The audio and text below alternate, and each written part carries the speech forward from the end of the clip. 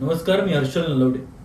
खरं तर सध्या जे प्रकरण चालू आहे, खरात प्रकरण असेल किंवा अंधश्रद्धांबद्दल खूप साऱ्या व्हिडिओज आपल्या समोर येतात आणि आपण सुद्धा ते पाहतोय, कमेंट करतोय, लाईक करतोय, शेअर करतोय किंवा एक निगेटिव्ह इम्पॅक्ट जो काही आजकाल पाहायला मिळतोय त्याबद्दल खरं तर वन प्लस मराठी या चॅनलनी मला संधी दिली. एक शिवव्याख्याता म्हणून माझं मत मांडण्याची मला संधी त्यांच्या प्लॅटफॉर्मवर दिली. त्याबद्दल या वन प्लस मराठी या चॅनलचं आणि सर्व व्यवस्थापकांचं खरं तर मनपूर्वक आभार. खरं तर आपण पाहतोय सध्या चालू आहे खरात फाईल्स किंवा त्या रिलेटेड जे काही बातम्या येत आहेत, खरं तर वाईट वाटतं.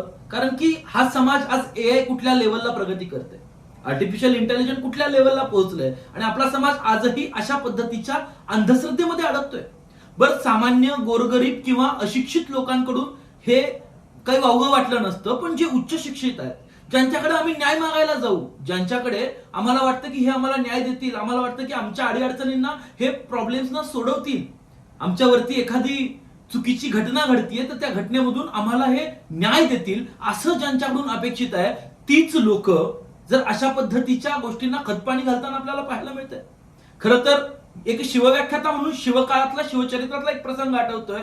खरं तर आपण म्हणतो ना की कुंपणच शेत खाऊ लागलं, तसं रांजाच्या पाटलाला कशासाठी वतनदारी होती? गाव सांभाळण्यासाठी होती. त्या गुजर पाटलाला गाव सांभाळण्यासाठी खऱ्या अर्थानं जर जबाबदारी होती, तर तो माणूस गावातल्याच एका महिलेच्या अब्रूवरती हात घालत असेल आणि महाराजांनी जो काही त्याला न्याय दिलाय, मला असं वाटतंय जर ह्या अशा पद्धतीच्या रांजाच्या पाटलांची पुनरुत्ती होत असेल तर महाराजांच्या न्यायाची सुद्धा पुनरुत्ती झाली पाहिजे. हातपाय तोडले पाहिजेत ह्या लोकांचे, चौरंगा करून गाढवावरून महाराष्ट्रभर धिंड काढली पाहिजे, तर या महाराष्ट्रातल्या जनतेला कळेल अंधश्रद्धेला बळी नाही पडलं पाहिजे. कारण शिवविचार आम्ही ऐकतो, आम्ही डॉक्टर बाबासाहेब आंबेडकरांचे विचार ऐकतो, लोकशाहीर साहित्य रत्न अण्णाभाऊ साठेंचे आम्ही विचार ऐकतो, महापुरुषांचे शाहू फुले आंबेडकर. आम्हाला फक्त भाषणात नावं घ्यायला या लोकांनी लिहून ठेवलंय का? हे बदललं पाहिजे. छत्रपती शिवाजी महाराज की म्हटलं की आम्ही जय आदराने म्हणतो, डॉक्टर बाबासाहेब आंबेडकरांचा विजय असं म्हणतो, किंवा आम्ही जाती जातीत वाटूनही घेतले आमचे महापुरुष. पण खऱ्या अर्थानं ही जे महापुरुष आहेत, हे जे मंडळ आहेत, ह्यांनी तत्व जी काही दिली आहेत, ही तत्व पेरली आहेत ह्या मातीमध्ये, ती तत्व आम्ही विसरू लागलोय.